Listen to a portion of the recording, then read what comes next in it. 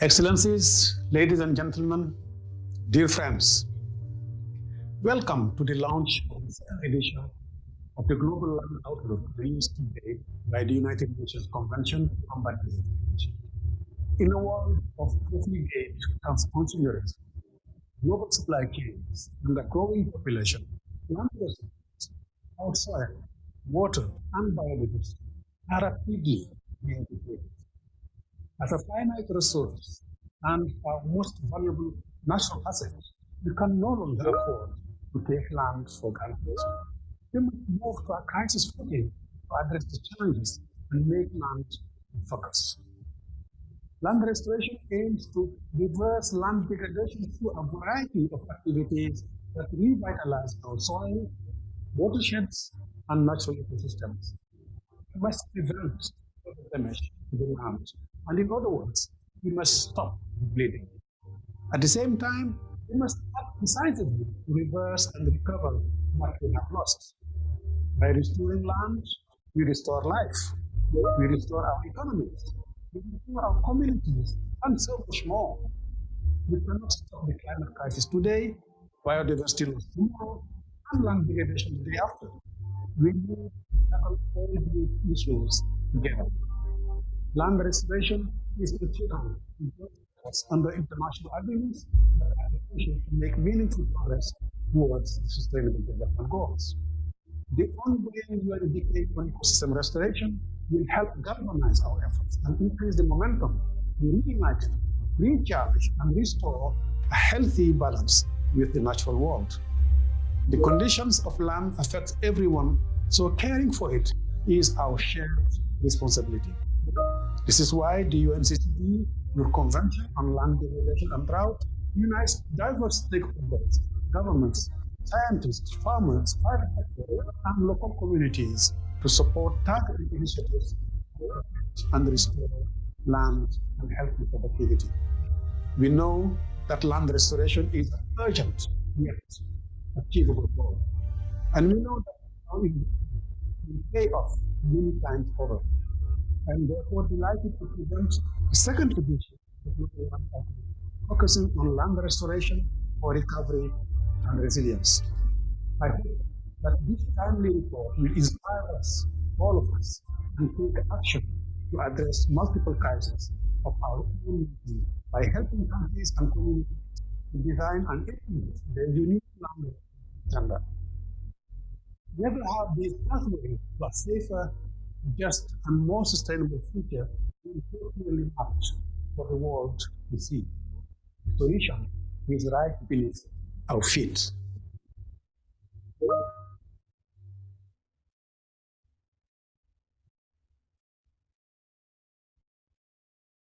Hello, my name is Patricia Mumbua Kombo, a United Nations Convention on Desertification Land Reform. We are working on promoting sustainable practices and land restoration. Land restoration is a proven and cost-effective solution of reversing climate change and biodiversity loss. When we restore our land, we are also restoring climate. Land and soils are foundations of our economies and societies because from land we are fed. But currently, the way soil, water, and biodiversity are mismanaged threatens the survival of species, including us, and also threatens our health. When we restore our land, we help in combating desertification, soil erosion, and loss of agricultural production. This makes restoration a win-win solution for agriculture, livelihoods, and climate. According to the Global Land Outlook report, which is a flagship of United Nations Convention on Combat Desertification that has been released today, illustrates that 70% of land in every continent has been interfered by human activity.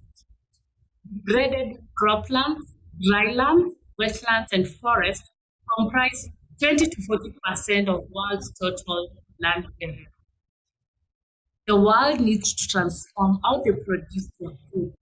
For the global food system is responsible for 80% of deforestation, 70% of freshwater use, and single greatest threat to terrestrial biodiversity loss. Hope still remains. The global land outlook illustrates that soil and land can be responsibly managed and successfully restored if done in a conscious manner. The global land outlook points to the fact that Mother Earth cannot be divided into two or cannot be managed in separate compartments. For us to effectively restore our land, we must understand that no solution is complete until we become conscious that life is one web and everything happens in soil. More often, soil is always left out when people are talking of land restoration.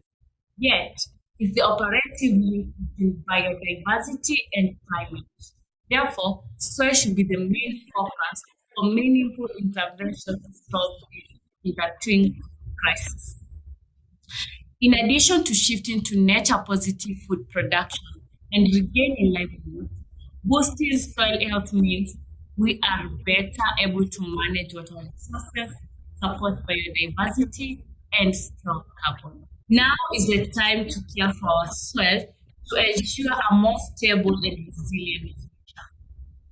Namaskaram, it's a great pleasure and privilege to be a part of this Global Land Outlook publication that's happening for the second time, in the second publication. Well, the land on this planet, whether it's forest lands, grasslands, peatlands, wetlands, above all croplands, which are in our daily management, it's extremely important that we restore them to some sense of natural balance, which has been terribly skewed in the last 50 to 100 years' time. So, this publication is very important in terms of bringing this awareness to the world and bringing the shocking facts and above all solutions that are possible to implement. It's extremely important that the educated public should inform themselves about this outlook that is being published by UNCCD or the Convention to Combat Desertification. And the desertification is a threat that is engulfing us in many different ways. If you just look at the Google Maps from the past 15 years, what has happened, it is threatening. This desertification has to stop. Rejuvenation of land has to happen. Reinventing our ways of using the land needs to happen in human societies. So this Global Lands Outlook is a very important landmark publication in this direction. Every one of you should, if not read the whole book, at least become conversant with the basic facts of what it is, and let us create this new possibility that we will restore the land that we have destroyed and bring back the life on this planet to its full glory. Let's make it happen.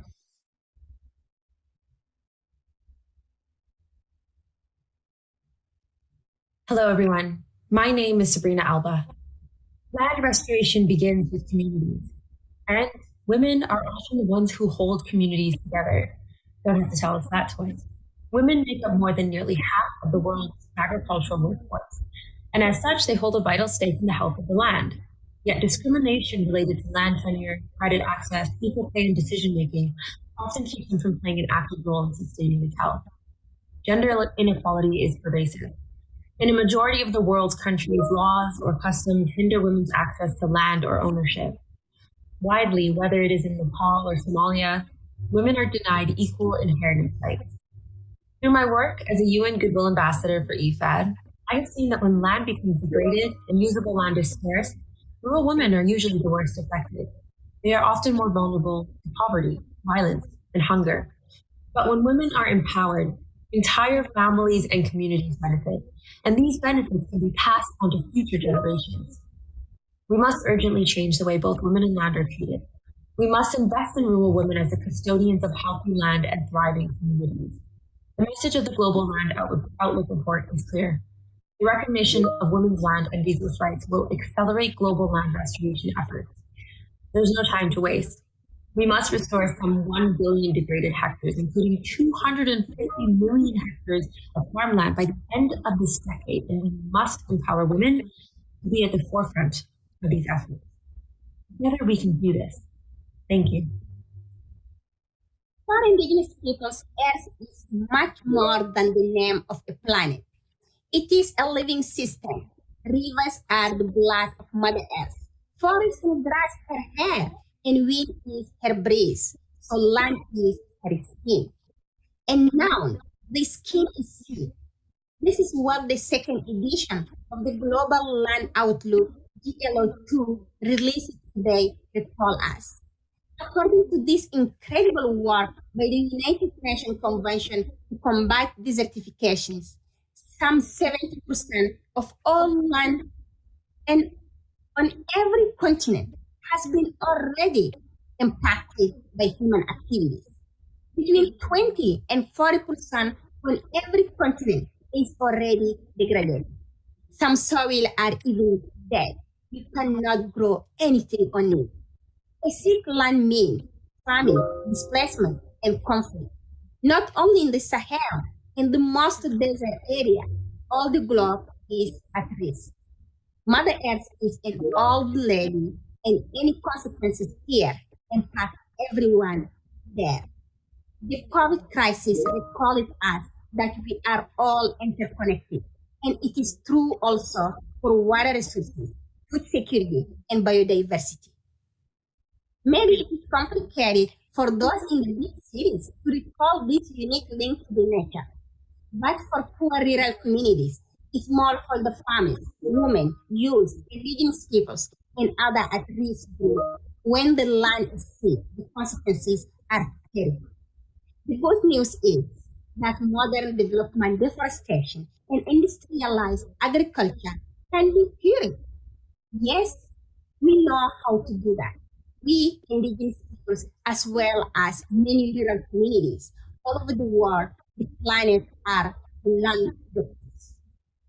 We can cure our soil with indigenous people's traditional knowledge, with natural solutions. That is why land restoration is essential and urgently needed. By restoring land, we are restoring communities. We invest on the future of our youth because Global Land Outlook said land restoration should be much more than just rehabilitating natural areas and preserving their functions. It is about creating opportunity for people, supporting a healthy environment, give them jobs, and support sustainable development and the achieve of the SDG agenda. There is especially true for women, pastoralists, and indigenous peoples, for poor communities who have limited or no access to land restoration, no access to resources, with their voice often suppressed, their rights violated, and experiences disregarded. Without social justice, land restoration will not succeed. But if you give the tools, the adequate support to the earth doctors, to indigenous peoples, to women, to youth activists who want to plant billion trees, our Mother Earth can be saved and will live a long, happy, and just life with all of us. Thank you.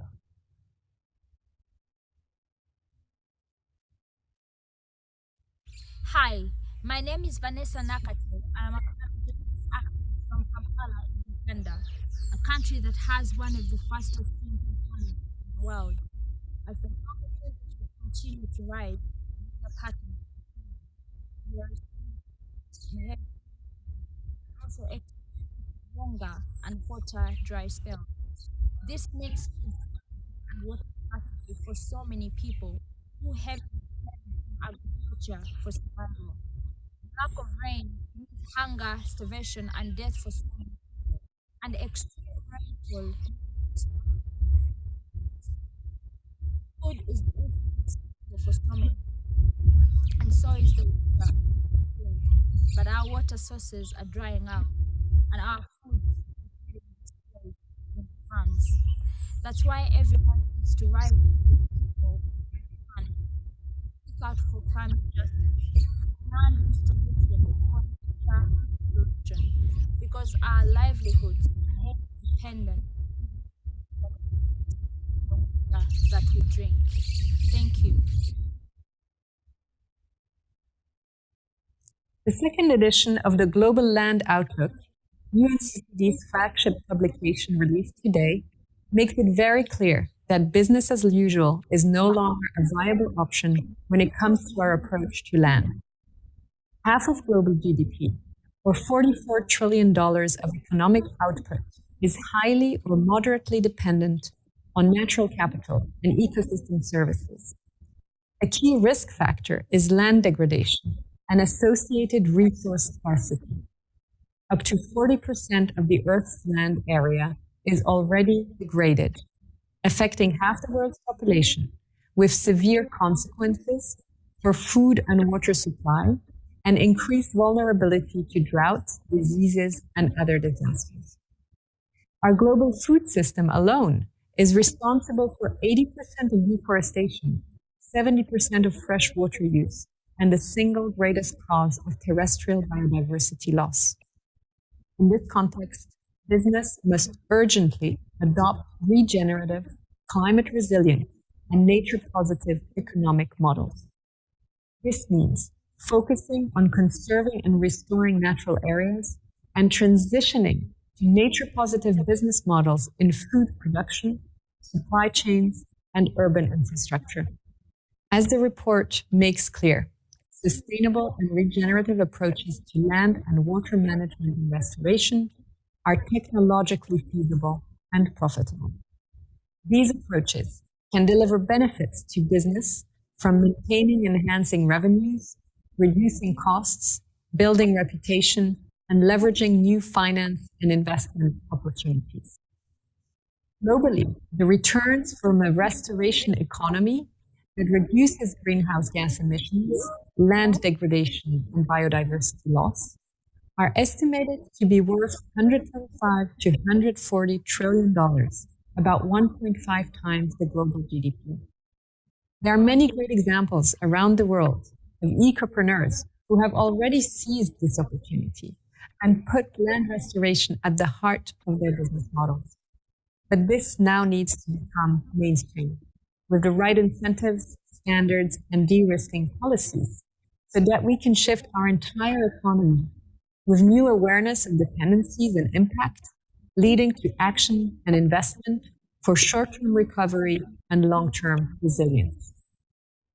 Collectively, with governments, businesses, and communities working together, we can create a healthier and more sustainable mosaic of land uses that will serve the needs and aspirations of current and future generations.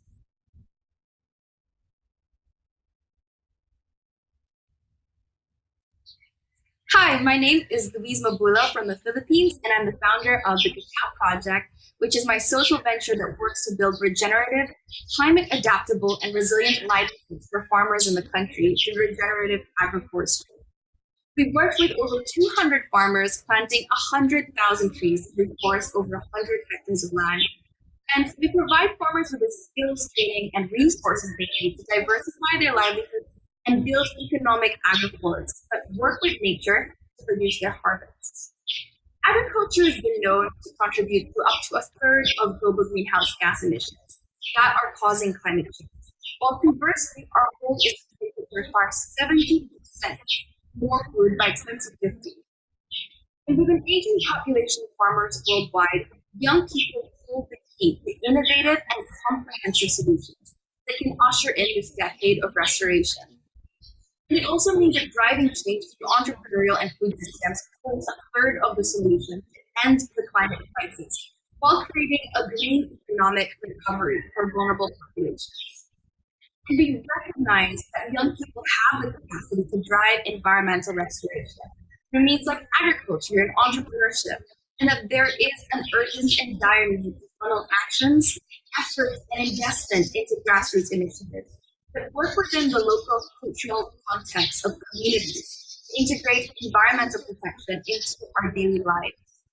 And it starts by recognizing that we have the solution, but it lies within our communities, and that there is so much to learn from our knowledge and our ability to adapt and strengthen rural industries with the funding, the training, the resources, and long-term aid that they need to transition into a world where no one gets left behind.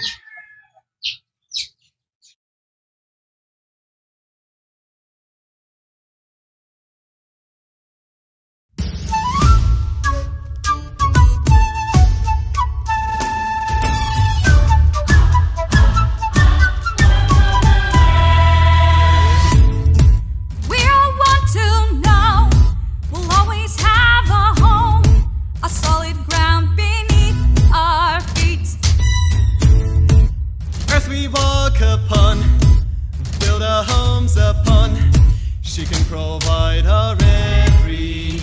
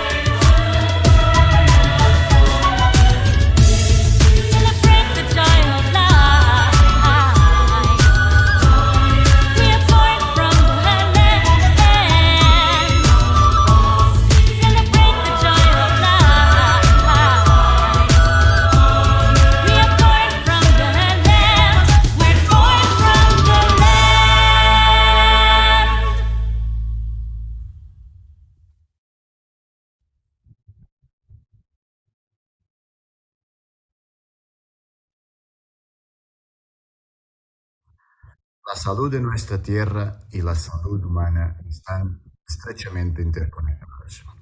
Y sin embargo, hoy en día, las tierras de todos los continentes se encuentran deterioradas. Entre el 20 y el 40% de todas las tierras del mundo están ya degradadas. Este es el preocupante balance de la segunda edición del Global Land Outlook. La degradación de la tierra no es solo un problema medioambiental. Además, aumenta el riesgo de deterioro de la salud humana, de la propagación de enfermedades zoonóticas y puede incrementar los conflictos derivados de la escasez de recursos. Como la malaria, la degradación de la tierra afecta a los más vulnerables. arrebata medios de subsistencia, fuentes de trabajo y el futuro. Es urgente trabajar todos juntos para restaurar y revitalizar las tierras degradadas. Es posible restaurar 1.000 millones de hectáreas de tierras degradadas a finales de la última década. Los beneficios de la restauración de las tierras serían numerosos. Nuevas fuentes de ingresos para las comunidades locales, mayor seguridad alimentaria y hídrica, un clima más estable, pero también una mejor protección contra las nuevas amenazas para nuestra salud. Según el informe, las futuras pandemias podrían costar a la economía mundial $2.000 millones al año. Si solo 1% de esta enorme cantidad se invirtiera en la conservación de la naturaleza, podríamos evitar estos costes para nuestras economías, nuestras sociedades y nuestra salud. Espero que los líderes políticos, empresariales, los representantes de la sociedad civil y de la juventud se reunirán el mes entrante en la COP15 en Costa de Marfil tomen acciones decisivas para avanzar juntos hacia una gestión sostenible de la Tierra, la fuente de vida de nuestro planeta y el legado de las generaciones futuras. Muchas gracias.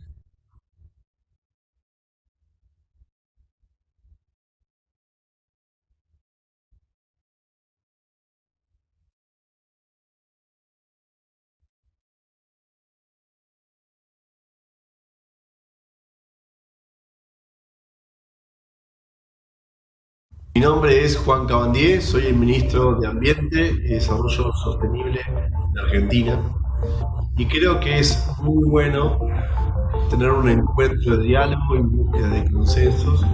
La degradación de la tierra y las sequías son catalizadores de destrucción del recurso, al mismo tiempo generan migraciones y también grandes costos económicos a la producción.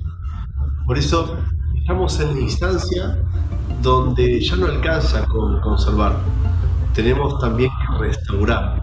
En Argentina tenemos conciencia de esta problemática y nos adecuamos a la discusión global acerca del principio género. Yo aliento desde mi lugar a todos las autoridades ambientales que están en este encuentro para que entre todos encontremos ámbitos de armonía entre producción, conservación, sostenibilidad, porque la tierra es una sola, porque tenemos que cuidarla y porque las próximas generaciones merecen hacer uso de la misma y para eso nosotros desde el presente tenemos que restaurar y sobre todo lograr armonía para conservar las propiedades de esa tierra, no degradarla y que no favorezcamos la sequía y las pérdidas económicas.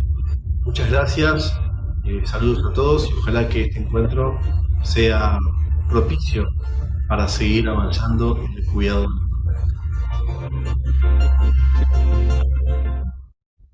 Amigas y amigos, en mi calidad de presidente pro tempore de la Comisión Centroamericana de Ambiente y Desarrollo, CCAD, y en nombre de los ministros y ministras de Ambiente de los países de Centroamérica y República Dominicana, que integramos este organismo regional, quiero expresar nuestra bienvenida al informe Perspectiva Global de la Tierra.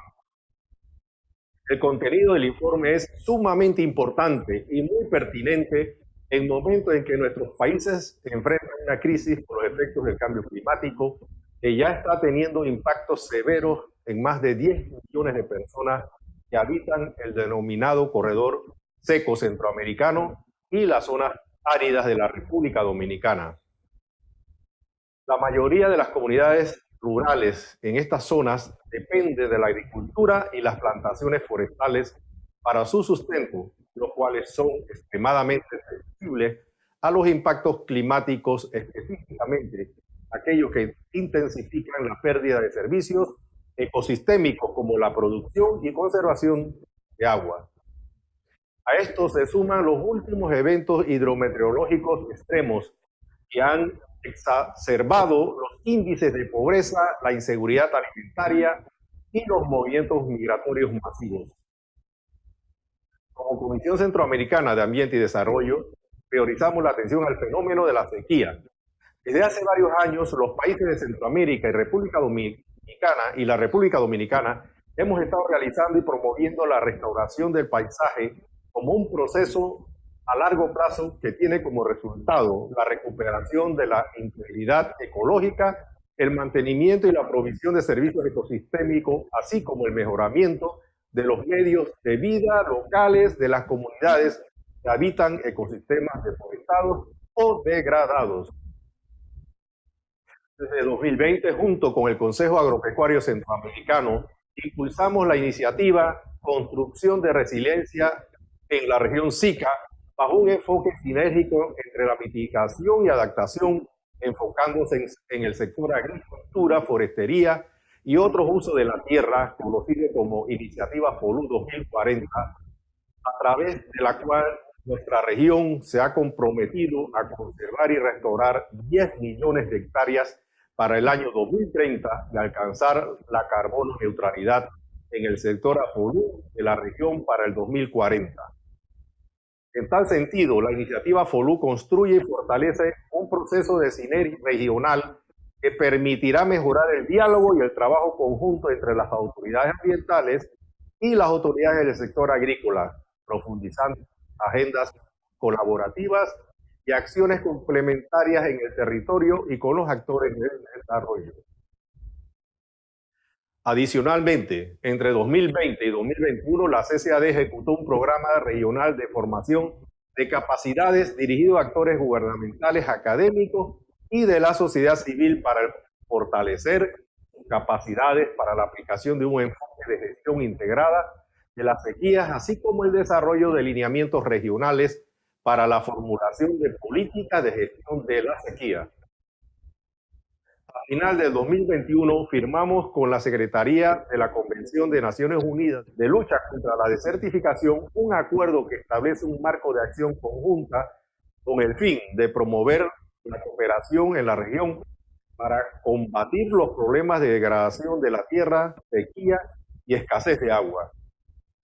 Igualmente, a finales del 2022, el Fondo Verde para el Clima aprobó el Programa Regional Adaptación basada en ecosistemas para incrementar la resiliencia en el corredor seco centroamericano y zonas áridas de la República Dominicana, que nos permitirá incrementar la resiliencia al cambio climático de más de 2.4 millones de personas ejecutando acciones de adaptación basadas en ecosistemas a través de políticas nacionales y estrategias regionales. Finalmente, en las últimas semanas hemos avanzado en la formulación de una posición regional ante la COP15 de lucha contra la desertificación que muestra nuestras vulnerabilidades, pero también nuestras potencialidades, siempre y cuando contemos con los apoyos necesarios para ejecutar acciones concretas en el territorio. Buscamos, con la formulación de esta posición regional, identificar puntos de colaboración y trabajo conjunto que nos permitan tener una oportunidad de incidir en las decisiones globales en beneficio de nuestros países. Con el lanzamiento del informe Perspectiva Global de la Tierra, estaremos fortaleciendo estos y otros procesos regionales, así como nuestra participación en la COP15 en Costa de Marfil. Una vez más, felicidades.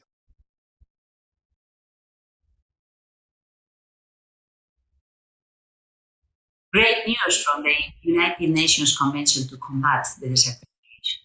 I think that launching this new global outlook on the land situation is absolutely necessary. This helps us to understand what is happening, what are the threats, and how we need to react, how we need to invest to prevent the consequences of the desertification in our planet. Abusing of soils, abusing of lands, provides very bad news. And this is what we need, facing what we need to respond, what we need to prevent. Sustainable land management is absolutely key.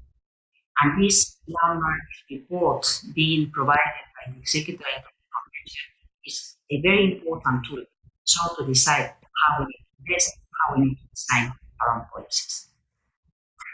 We in Spain will certainly take into consideration this global land outlook. We did it in the first occasion and we will do it right now. In fact, we are ending the final draft so to update the national strategy to combat desertification, much more deeper understanding of what the main sources are, the main causes of the problem, how to address them, and how to introduce cross-cutting policies to avoid this terrible situation that threatens the soils, the lands in Spain, and certainly with very bad consequences in Spain, people working in Spain, so to get food security, so to provide so many important inputs coming from our biodiversity, our soil, but also the many economic sectors that rely on the circumstances and on the environment that is there daily. Timing for launching this global land outlook is very pertinent. It's a very good moment after this COVID terrible experience. So to underline the very fragile linkage between the health of the planet and the health of the people. So we need to invest in improving the health of the planet. So we need to take care of the quality of our land, of our soil, so to insist, so to facilitate best available knowledge to take correct measures at the right level. Excellencies, ladies and gentlemen, the harsh environmental conditions in the UAE, including high temperatures and water scarcity, are natural drivers of land degradation. Deserts account for 80% of our country's territory, which makes us all the more cautious to preserve our vital ecosystems and the services they provide. In our efforts to fight desertification, we focus on using modern technologies and science-based measures to protect native plants, encourage biodiversity, and reduce groundwater depletion. We also work to restore our natural habitats through planting native trees such as mangrove and palm trees, which has partially addressed land degradation caused by wind erosion. Mangrove forests protect coasts from rising sea levels and storm surges. They provide critical habitats for biodiversity, and they serve as powerful carbon sinks. In this context, we have set an ambitious target of planting 100 million mangroves by 2030. On a global level, we are working on a global initiative to scale up conservation of mangrove ecosystems and highlight their role as a nature-based solution to climate change. Meanwhile, promoting sustainable land management methods has enabled us to make great strides in leveraging innovation and technology to boost local food production while saving our natural resources. And finally, we are proud to have one of our own citizens, Her Excellency Dr. Sheikha Mubahani, Secretary General of the Environment Agency Abu Dhabi, on the advisory board of the UN Decade of Ecosystem Restoration. We are committed to working together with all countries to halt and reverse land degradation to preserve our precious ecosystems for the next generations, and the second Global Land Outlook will go a long way in informing our approach to achieving this goal. Thank you. Thank you. It's a huge pleasure to welcome this enormously important and very timely report. And it's a particular pleasure to do so soon after the appointment of the amazing Andrea Mezza, whose record of global leadership on the environment speaks for itself. Globally, around 40% of the world's land is degraded. That's around the same proportion that is used for agriculture. And clearly that's no coincidence, because while it is undoubtedly extraordinary that we've tripled food production in just 40 years, the way we've done so is hopelessly unsustainable. We're undermining those very natural systems on which we all depend for continued production of the food. Today, 500 million smallholder farms are directly feeling the effects of diminishing yields. 1 billion people face hunger and malnutrition. And these figures, sadly, are only going to grow. Water security is mushrooming. Dry lands already cover half the Earth's land surface, and they're home to 1 in 3 of those, with populations in many places growing. And the dominant agricultural and land use policies of the day continue to incentivize reckless use of land and soil, overuse of chemicals, deforestation, and degradation of carbon-rich natural habitats. And we know now the cost to the natural world. Populations of key species have declined by more than 2/3 since the 70s. 2 out of 5 plant species are facing extinction. Life is being hoovered out of the ocean at a rate that has brought the great fisheries of the world to the point of collapse. And we're destroying forests at a rate of 30 football pitches every single minute. And in a vicious cycle, that terrible environmental destruction is itself further undermining food security and increasing the risk of zoonosis, pests, antimicrobial resistance, all at the same time. So without change, millions more will endure terrible suffering, and our shared global goals will simply slip out of reach. But the good news is that we know we can turn things around. We have all the tools we need. There are pockets of huge ambition around the world, and we know that given even half a chance, nature can recover. And the beauty of protecting and restoring the natural world is that in doing so, we're also tackling so many other challenges at the same time. Causes and impacts of climate change, hunger, poverty, pollution, even pandemics. And that's why as COP26 presidents, the UK brought nature from the margins of the global climate debate into the heart of our response to climate change, with 141 countries committing to halt and reverse forest loss and land degradation by 2030, unprecedented financial commitments amounting to around $20 billion, including an initial $1.7 billion to help Indigenous peoples and local communities secure their land rights. And in addition to that, commitments from the world's biggest buyers of forest risk commodities, financial institutions, the big multilateral development banks, will see trillions of dollars aligned with those goals. And having doubled UK international climate finance to 11.6 billion, in the UK we're investing at least 3 billion of that on nature-based solutions, including the just rural transition. Now, in the months before we hand over the baton to our friends in Egypt and beyond, our priority, our responsibility is to ensure those commitments are honoured in full and that we build upon. But COP27 is just one landing post this year. We have numerous opportunities to build on that ambition and momentum at the CBD COP15 in Kunming, and before then at the UNCCD COP15. And the golden thread running through all 3 Rio conventions is, of course, nature and our relationship with the natural world. I'm optimistic that the tide is beginning finally to turn, that there is political will, not yet enough, but more than ever, to make this the moment we put nature on the road to recovery. If we can agree, as we must, an ambitious post-2020 global biodiversity framework and mechanisms to enable us to hold countries to account for their promises, then we'll be in a very strong position to do so. And with the UN Decade on Ecosystem Restoration well underway, galvanizing global action to achieve the UNCCD goal of halting and reversing land degradation by the end of this decade must also be at the heart of our shared global endeavor. And to secure all of this, we know we need to show that we're serious about using every lever to close the giant funding gap, including shifting the colossal subsidies that the top 50 food-producing countries spend subsidizing land use away from destruction and towards sustainability. The people everywhere want to see this fixed and to be part of the solution. The governments have a special ability and responsibility to use public money in a way that supports public good, rather than undermining the public good. So I look forward to supporting Andrea and her team to keep up the pressure ahead of UNCCD COP15 and to make the absolute most of this critically important year. Thank you so much.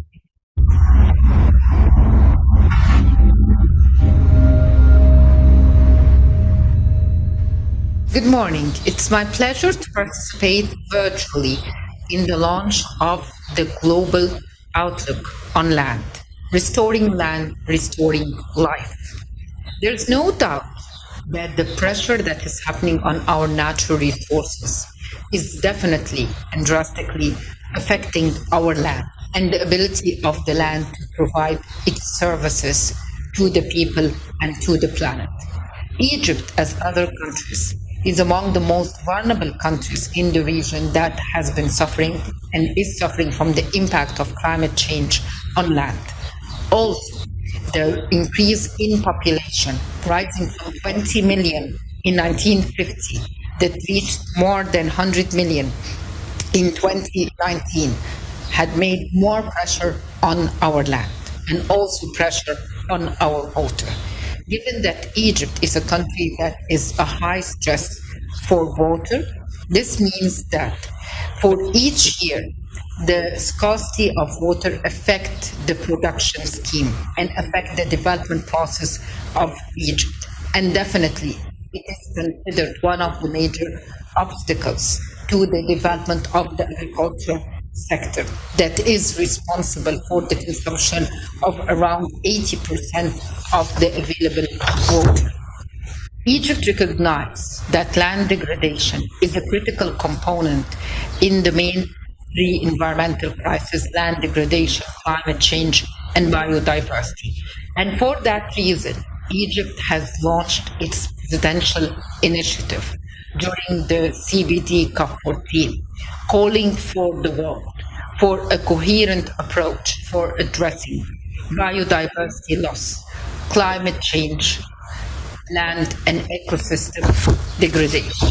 However, the government has put more effort in trying to develop its agriculture sector and the efficient use of the water resources to ensure a livelihood approach and a sustainable livelihood for all. The Egyptian government has made a huge effort in order to develop its agriculture sector and efficiently use the water for this sector. The Egyptian government recognizes the importance of healthy lands for the people and the environment.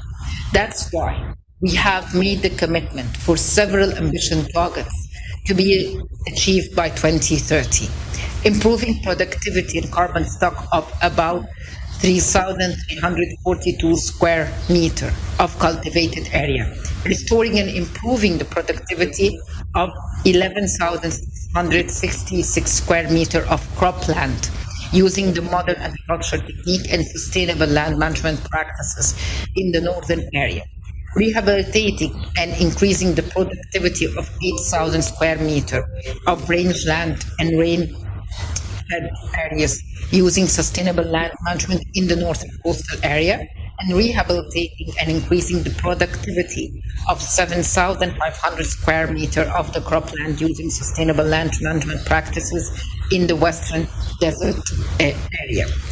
Also, the country has taken huge steps, not only to link the land, but also to link them with the lakes. And how can we rehabilitate once again the lakes that is a source for not only a balanced ecosystem, but also a livelihood for the communities that is living around those lakes. Year 2022 is definitely a remarkable year, a year where we are witnessing the year ahead from the official launch of the UN Decade on the Ecosystem. Also, this year witnessed 50 years after the Stockholm Declaration. It will witness also the endorsement of the roadmap for the biodiversity 2050 in September in Kino.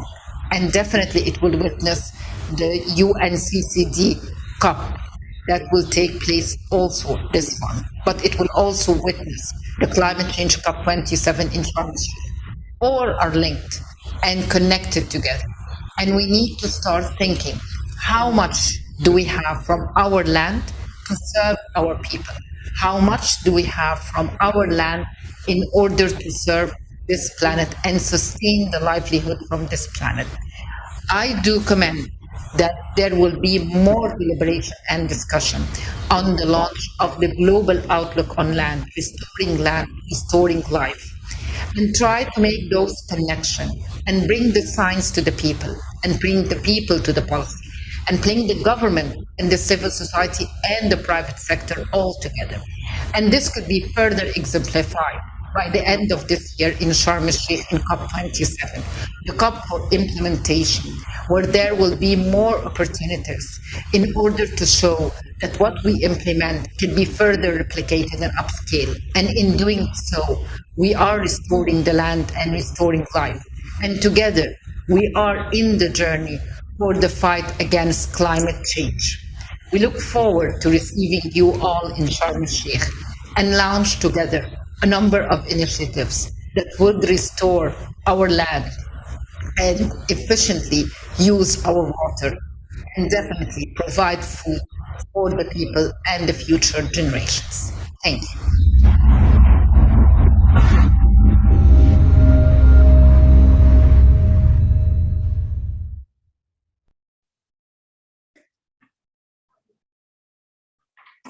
Excellencies, friends, UNCCD parties, partners, I think this has been a super event.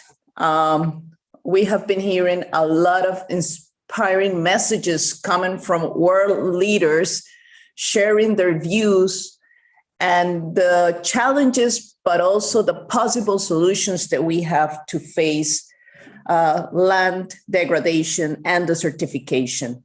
Really, on behalf of the United Nations Conventions to Combat Desertification, I would like to extend our most sincere gratitude to all our speakers around the globe. This is what we need to generate, a global movement to support land restoration. And this is what we're hearing in this virtual event in the launch of our Global Land Outlook in its second edition. Together, we can meet the global commitment to restore 1 billion hectares. This is a message that we've been hearing coming from all these leaders. Yes, there are challenges. Yes, we need to mobilize resources, but we have the technology, we have the knowledge, and we can elaborate and consolidate big projects, big initiatives to mobilize those resources and start seeing the transformational change that we need to achieve in the different territories. But listening to the different messages, I would like to highlight some of them. Land degradation affects the most vulnerable, women, indigenous communities all over the world, smallholder farmers. And we've been hearing that coming from our leaders, Hindu Omaru and Sabrina Alba. But they also mentioned that, yes, these communities, these indigenous communities, these smallholder farmers are also custodians of healthy land. So they are part of the solution, and we need to work with them. In other ways, and in other part of the message, we heard Minister Rivera from Spain reflecting on the important linkage between health and what we're here on land restoration. So it's about also understanding that when we have healthy land, we will have healthy economies, we will have healthy ecosystems.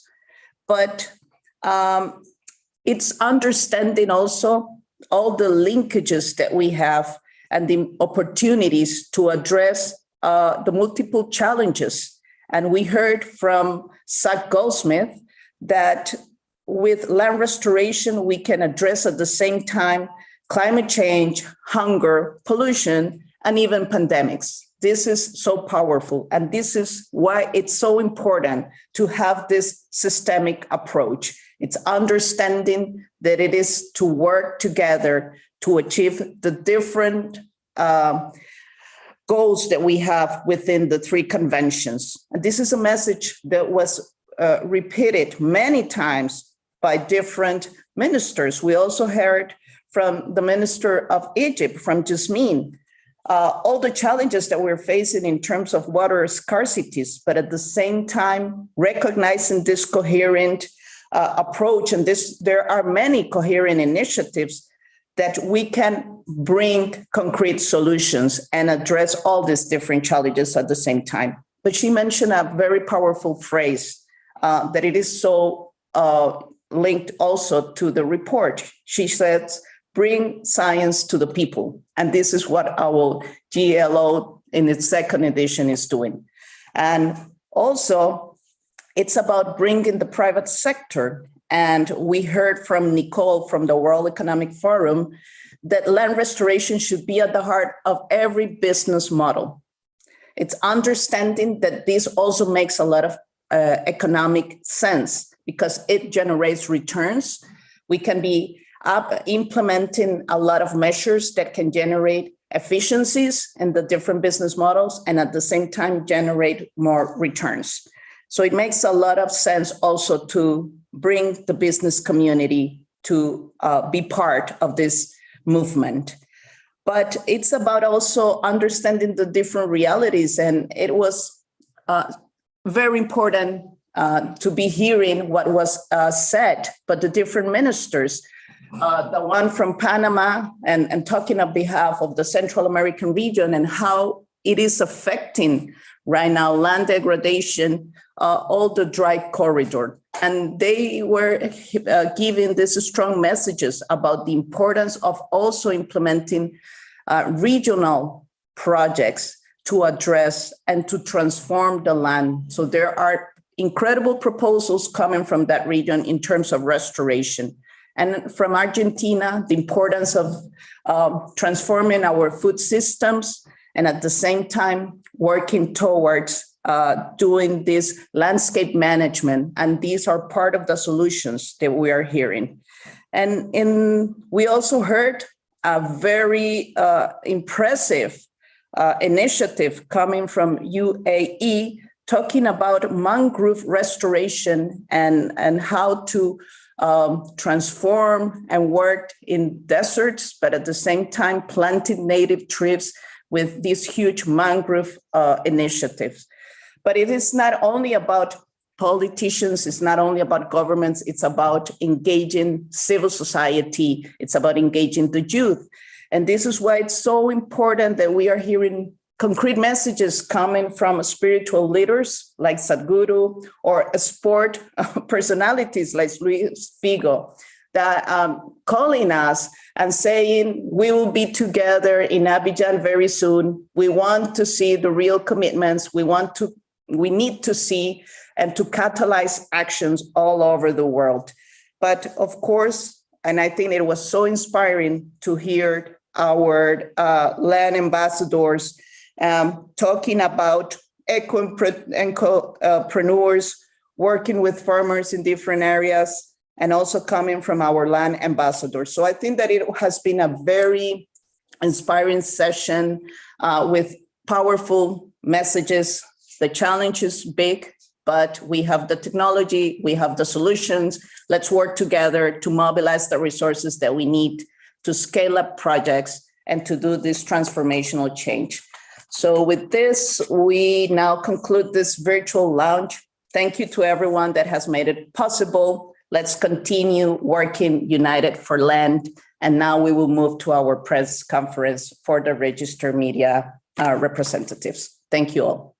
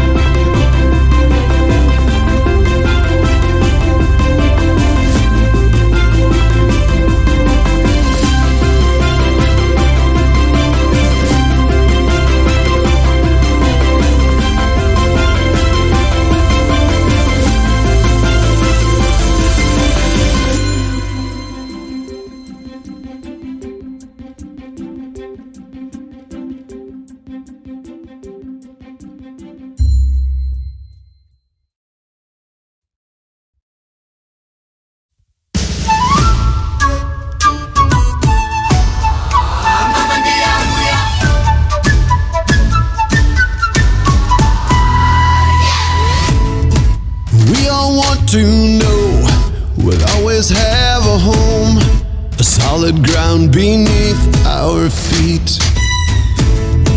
The earth we walk upon, build our homes upon, she can provide our every need.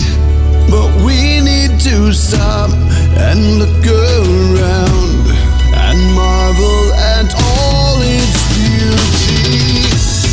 Let's celebrate the joy of life. Oh, we're born from the land. Oh, you and I and all of life. Oh, we're born from the land. Yeah. Let's celebrate the joy of life. Oh, we're born from the land. Oh, you and I and all of life. Oh, we're born from the land. Yeah. Someone land you da lady ma. Someone da kula lady ma. Someone land you da lady ma. Someone da kula lady ma. Ada ya patepe mada. Ada darna kalamo. Ada rema nyam rema. Let's celebrate the joy of life. Oh, we're born from the land. Oh, you and I and all of life. Oh, we're born from the land.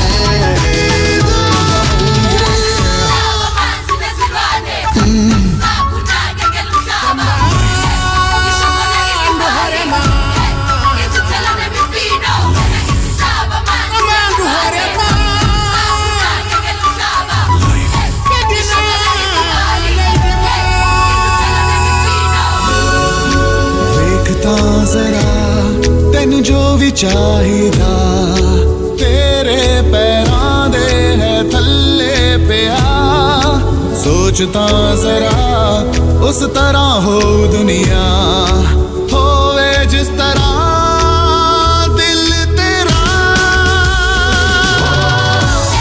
Let's celebrate the joy of life. We're born from the land.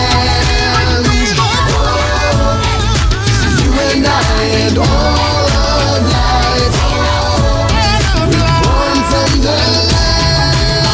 Yes, we are. Let's celebrate the joy.